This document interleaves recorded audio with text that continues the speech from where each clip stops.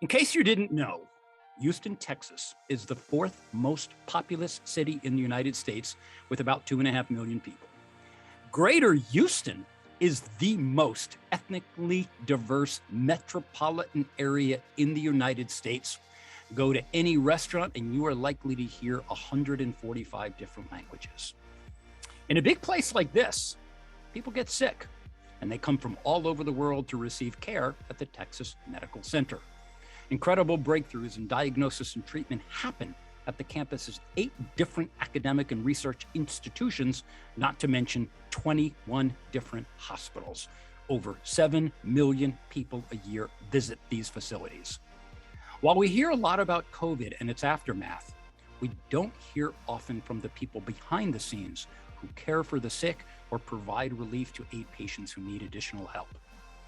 Today, I have the pleasure of speaking with 2 extraordinary people from 2 different generations with completely different backgrounds and one common mission: to integrate their expertise and to bring joy to make the Houston, Texas patient experience exceptional.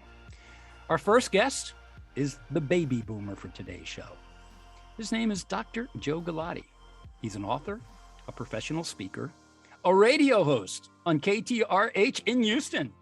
He is also a board-certified physician specializing in liver disease, and the best part, I am proud to call him my best friend. From Gen Z, we have Tiana Wang. She is a high school senior, and she attends Clark Lake High School in Houston, Texas. She is also the founder and the CEO of the SMART Foundation, a student-led and student-run nonprofit dedicated to providing medical aid and spreading joy to hospital patients. Tiana and Dr. Galati, welcome to A Climb to the Top. Thank you, Chuck. As usual, a more than generous introduction. Thank you very much. Great to and have yes, you. we mutually best friends and known each other a long time. Thank you. And Tiana, welcome to A Climb to the Top. Thank you so much. Thank you so much for having me here. Yeah, and anyone listening, this is about I think this is our 97th show that we've produced over the last 2 years. We can be heard on C-Suite Radio, Amazon, Apple. We can be seen on YouTube. We are distributed on chuckgarcia.com, and thank you very much for tuning in. The reason I wanted to bring together 2 generations from 2 different places, but all centered around Houston, Texas, is there's a lot of cool things going on that never make the news. I am committed to making them this news. Tiana, let's begin with you. At the introduction, I said you are the CEO and the founder of something called the SMART Foundation. And if you are not watching us on YouTube, Tiana you're 17 or 18? 17. You are 17 years old. Tell us about the SMART Foundation. What is it and why did you bring it to life? Of course. So SMART stands for Students for Medical Aid, Relief, and Treatment. And it is a 501c nonprofit, like Chuck described, to generally provide medical aid and spread joy to patients. I initially founded SMART because when I was little, I grew up and was born in China, and living with my grandparents, I often noticed that my relatives would halt and be wary of going to the hospital in fear of exorbitant fees, poorer medical facilities, etc. And so growing up in this environment, in this underdeveloped area, I realized that there were a lot of medical issues that I saw around me, and I really wanted to do something to help. After I moved to the United States, I realized that nonprofits were a thing. And as a teenager, they were something that I surprisingly contribute to. And in 2019, I thus founded SMART Foundation and hope to bring a little bit of what I can contribute to my community. Great. And before we get to the SMART Foundation, at what age did you come to the United States? I came when I was 5 years old. Okay. And you came to Houston? No, I came to Tennessee, and then a few years later, I moved to Texas. Okay. And when you started the SMART Foundation, what were your expectations? I honestly did not expect much to happen because we were starting really from scratch. As a teenager, I wasn't even old enough to open a bank account of my own. So I didn't expect anything to really develop with Smart Foundation at first. Yet, I know there is activity here because I see it on the social media. Tell us what you do. Yes, so in the beginning, we really wanted to focus on non-monetary fundraisers or try to do something to spread joy to hospital patients. And so we've worked on holiday card making events during the holiday season, an annual tradition that we are continuing to this day.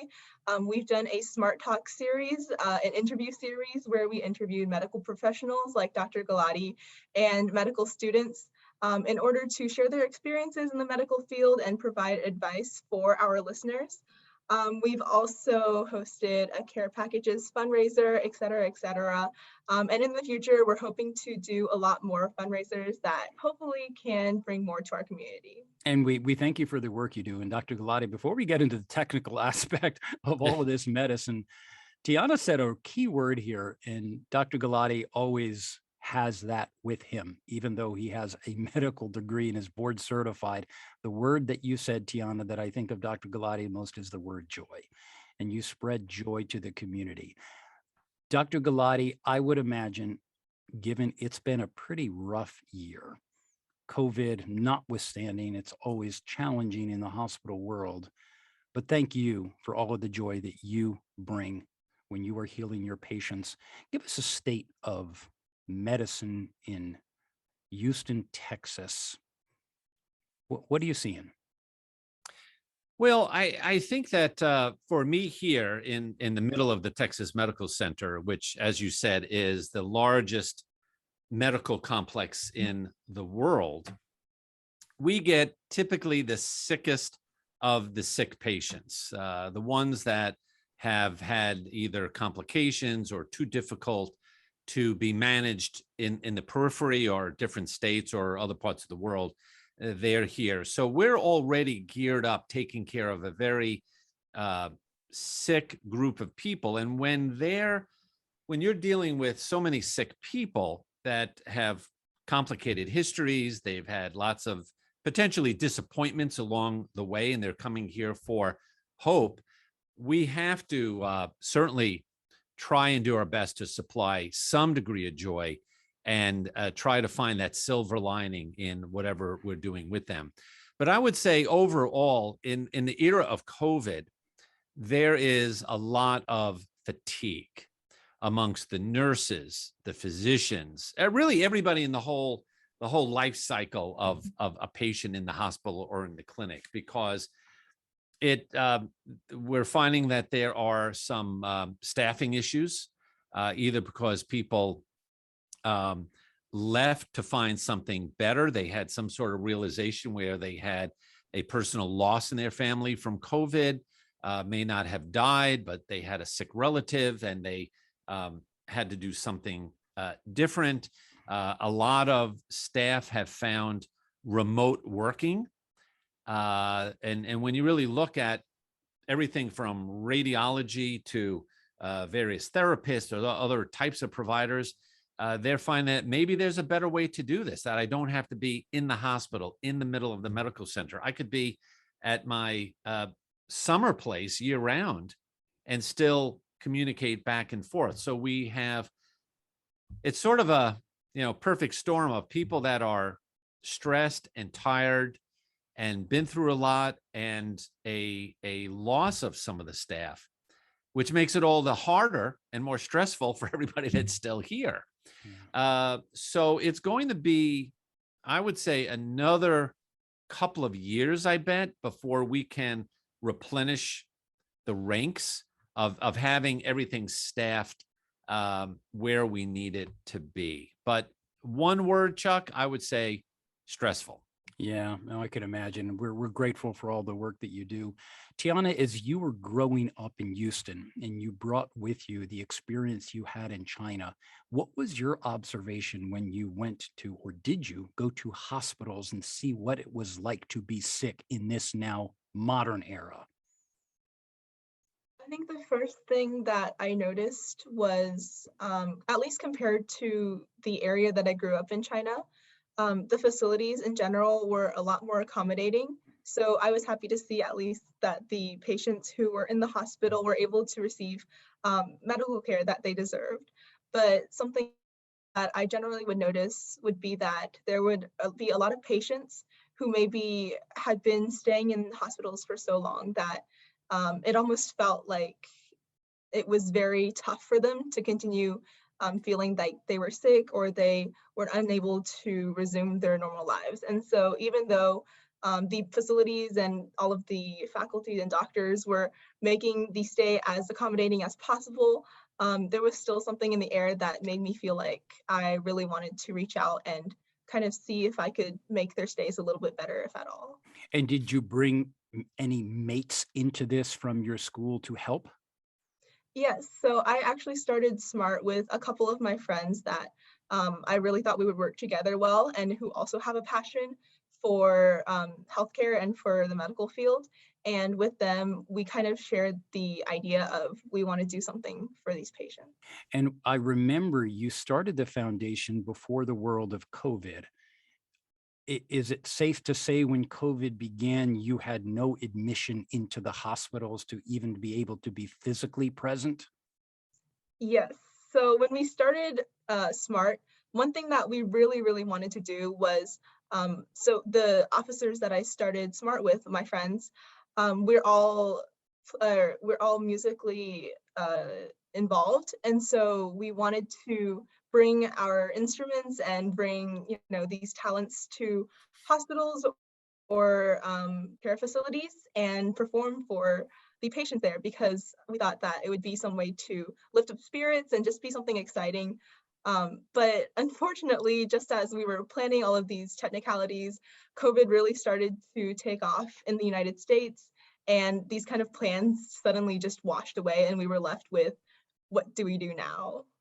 Well, let's get back to what you do now. But Dr. Galati, I want to examine something. What Tiana is describing must have been challenging for you as the medical practitioners. The dynamic changed. Whereas formerly sick people had their loved ones crowded all over the hospital, because I've been in the hospital with you. You took me on rounds. Yeah. And I many years ago, and I loved when you did that because I got to see the love, the joy that was surrounding to the patients who were ill but needed that kind of support. What happened in the COVID world when all of a sudden we're locked out and the patients have to find that kind of support elsewhere? Oh, it was awful.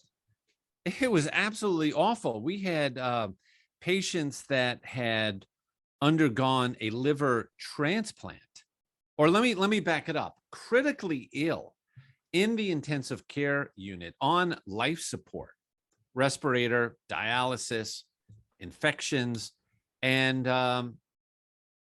we'd have to talk to the family by phone to give them updates that they could not go in and see what was going on. And unfortunately, we had patients that died, not necessarily of COVID, but they hadn't seen their family in 2 or 3 weeks.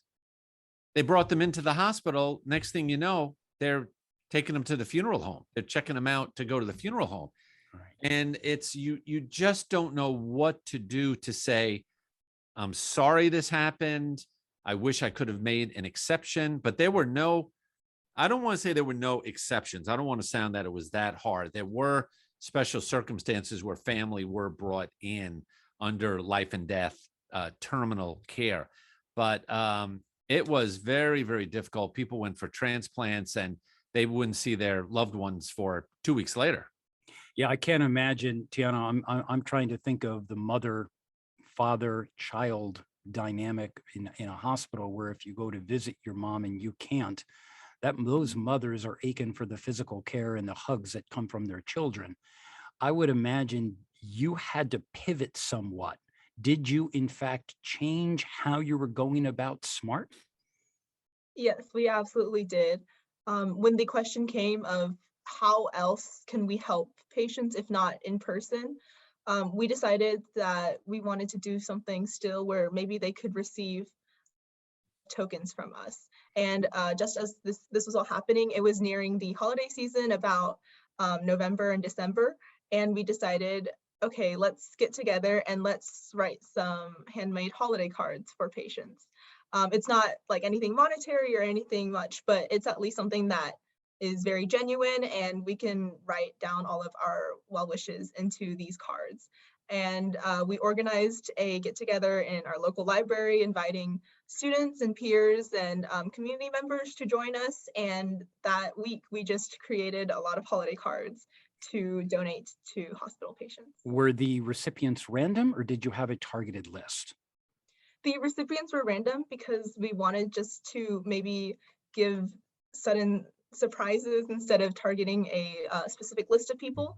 But at least we talked to the hospitals beforehand, and they were saying these are okay to bring in and donate. So we All right, made so sure. you delivered the unexpected. What was the reaction? Did they know who you were? No, they didn't know who we were, and That's even better. That's cool. Yeah. yeah, no, but I was in contact with the medical professional who was helping us with all this like delivery and sanitization, and she reported back to us, and she was saying it was kind of like when you suddenly get a present or something. The patients were very surprised because they definitely were not expecting it, but a lot of them were children, and she was saying that they were just very happy to have gotten a Christmas card during the holiday season. Yeah, I can't imagine, Dr. Galati, you have such an incredible bedside manner, but you likely see other ways that you can make patients happy. Do you ever see these random acts of kindness on display?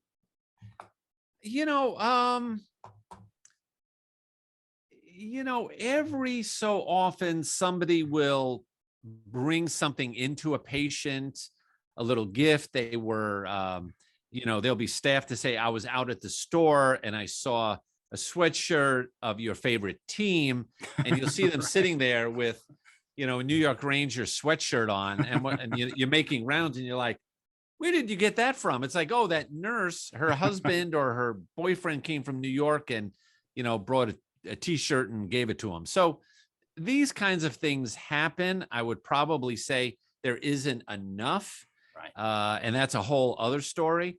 But I think what Tiana's doing here is incredibly valuable. And I guess my one question for her is, I don't hear medical school here.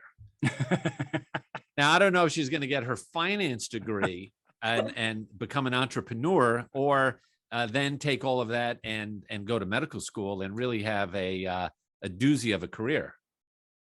Yeah, Tiana.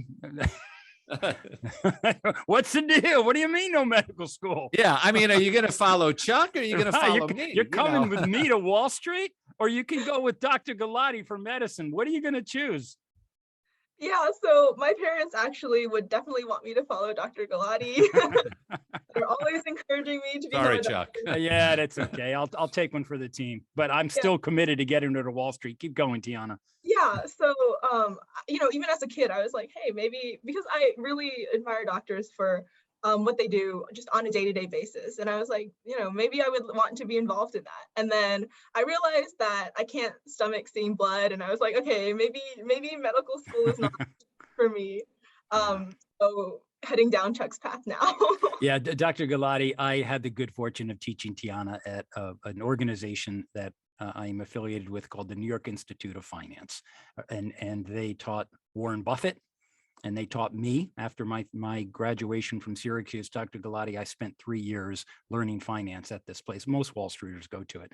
And where I met Tiana, we came into each other's lives. It was in a summer program where I taught a lot of communication and other things, but she was there to learn finance.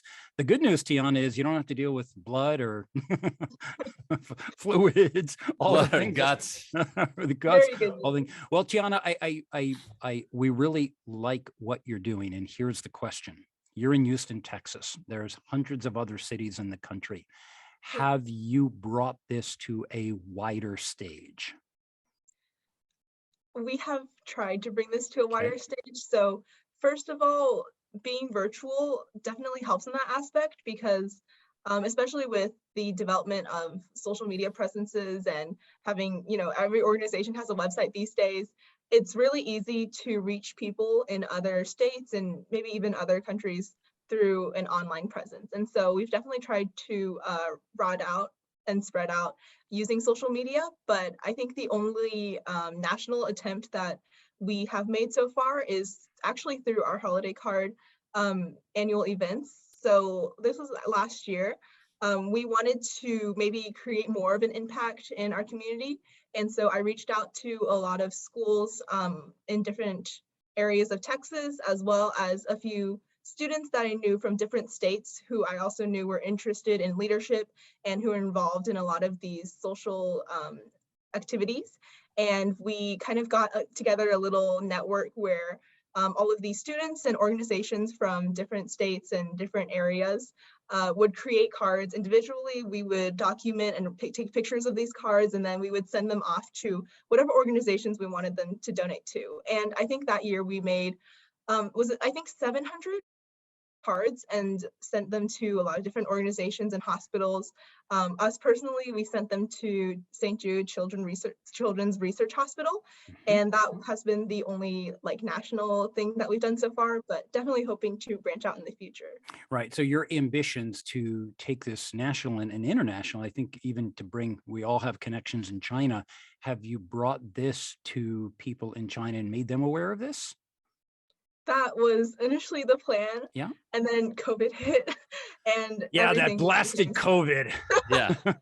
Yeah, because well, it started out originally in China. So anything that we wanted to do was kind of drowned out by those activities. And we thought, okay, let's set this aside, let's focus on the US for now, and we'll see where it takes us in the future. Understood. And Dr. Galati, when there are organizations that come along that want to do good things, do well and do good, is there is there a centralized facility, so to speak, where organizations like SMART can turn to? Does such a thing even exist?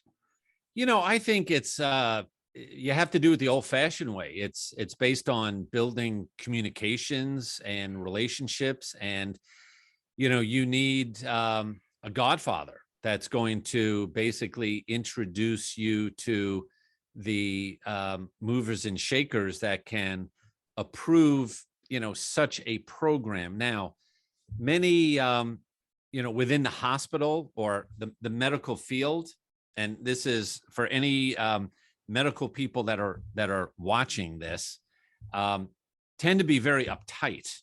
Administrators are saying, well, we can't do this, it has to be approved by the lawyers in this committee and that committee, and it just dies of exhaustion.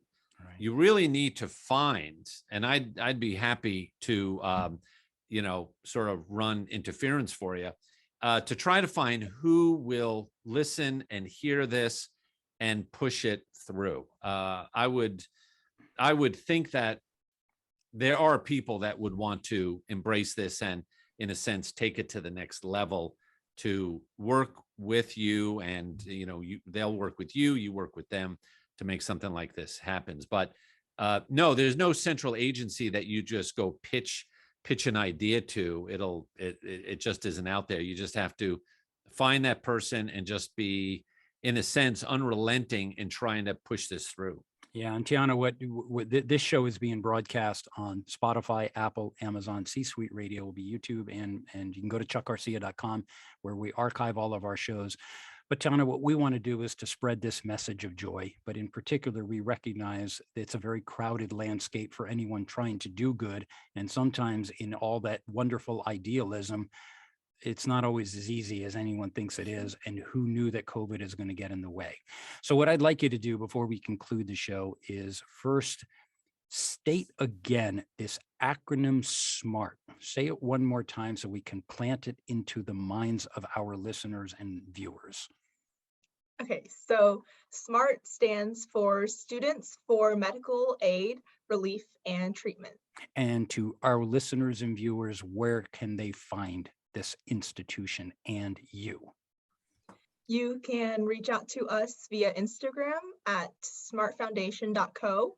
And we also have a website, www.smart-foundation.org. All right. Well, to all of our listeners, we hope and we pray for all of the sick that they get well. And to Dr. Galati, thank you so much for your years of dedication and continued passion and purpose that you bring not only to Texas. You're a New Yorker at heart, so one day we're going to get you back. But we really appreciate all that you do. And to Tiana, you are the future. Dr. Galati and I are looking at you. No pressure here, but one day I'd like you to run the world. And when you do, we're going to be behind you. But we also recognize that we need help in order to help SMART to find scale, to find a bigger audience. This is a model that should not just be in Houston, Texas, but should be everywhere. But Tiana, you will learn when you go to business school something called land and expand. You have landed in Houston. Now we want to expand to Dallas and Oklahoma and Tennessee and everywhere else, but I'm really glad we're off to a start. To our listeners and viewers, we really appreciate your support. Please reach out to Tiana Wang. She has given you the coordinates. We will also put them on my website, and we will, when we promote the show on Instagram and all of our social media, we will include anything we can to help you to get to her. Dr. Galati, any parting words? It's always great to have you on the show.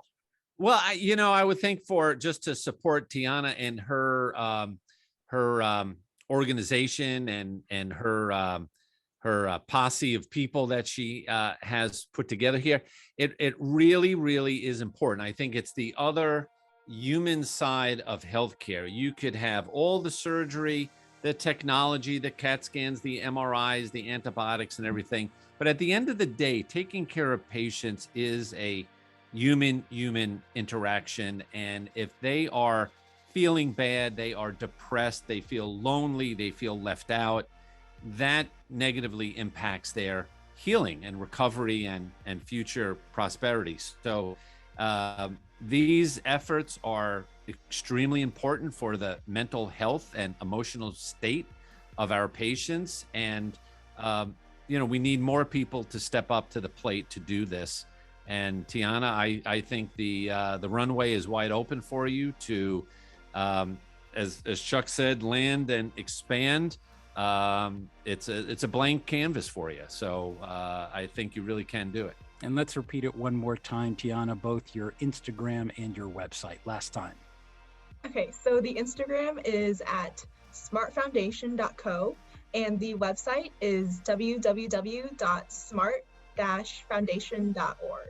Great. And to all our listeners and viewers, you have tuned into A Climb to the Top, Stories of Transformation. I'm Chuck Garcia. On the show today, coming to us from Houston, Texas, Dr. Joe Galati, liver disease specialist and one hell of a great guy and my best buddy, and Tiana Wang, my student, my friend. We are all here to support her in the service of Smart Foundation. To both of you, thank you for all the work you do to make the world a better place. And to our listeners and viewers, we are tuning out. Thank you very much for always coming in each week.